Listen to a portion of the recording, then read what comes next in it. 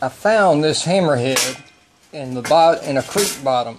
I was driving by and I saw a car battery Duralast sitting in the woods at the edge of the road. I mean, it was grass for about 10 foot, and then it becomes woods. Very unkempt, but and there's a little creek down there, and I went and I grabbed the battery and threw it in my truck for the lead. And just out of curiosity, I walked down into the creek bottom and was looking around, and I don't know how I saw it because it was all red mud, but I saw the end of this sticking up, and I grabbed it and pulled it up to see what it was, and it's actually a little hammerhead.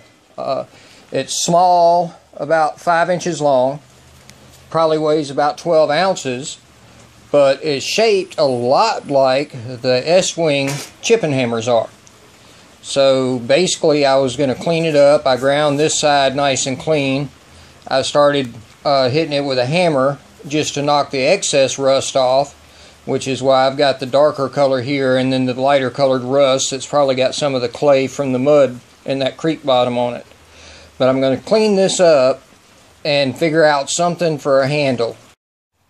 Okay, after a lot of slow and careful grinding so that I didn't overheat the metal and cause it to lose its temper, this is what we have. The metal's fairly clean. I didn't have any reading glasses, so it's not perfect. I'm going to go back over it with a flat disc and get it as smooth as I can. And then I'll probably put some phospho on any spots that, like right up in here, there's a couple of little divots still, and a few over on the edges. So I'll probably do that, and then I'll have a chipping hammer. Like I said, if it did lose any temper and starts to and wears out fast, like I said, I don't really care. I found it in a creek bed. Doesn't really matter. Now, as for a handle, I had some solid rod out of a washing machine, the drive shaft, that was the perfect size. I'd have had to have ground it down a little bit on two sides to get it to go in, and then I could have welded it to the head.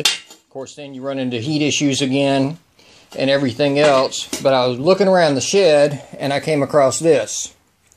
This is part of the tiller handle from a 25-foot sailboat that got broken because a bag was thrown on it and it snapped off. So I cut it off, sanded it down, cut a groove in the end of it, and I've got a wedge floating around here. I'm going to have to nip off a little bit of the corners of this wedge because it came out of a bigger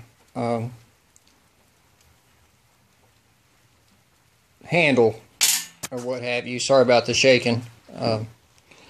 So I'll have to nip it down a little bit, but that should fit. I've been working on it for a while. I might have to do a little more sanding, but it should fit on this head, and I figured that'll give me a nice, it's just right for my hand anyway. That'll give me a nice little handle, and if I need a little bit of cushion, I'll just wrap some leather around on the bottom 5 inches or so it's perfect length. All I did was cut off the broken area up top, and it's just right. So let me see if I can get this put together. And well, actually, I'm probably going to go ahead and flat disc this real quick, and then see if I can get them together. And there you have it. A couple little marks from where I had to saw around it to get it to set down. But other than that, it's just fine. I just need to oil the head to keep it from rusting anymore. Flat disking, got the rest of the little rust divots off, smoothing it out. It's amazing how much smoother it is after a quick flat than it was with just a regular grinding disc. That flat disc basically just polishes, takes all the sharp edges off, and leaves a much cleaner looking product behind. So there we go.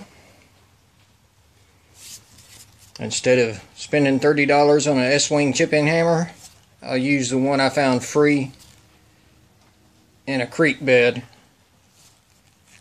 And it should work just fine for the amount of stick welding that I'll be doing anyway. So there it is.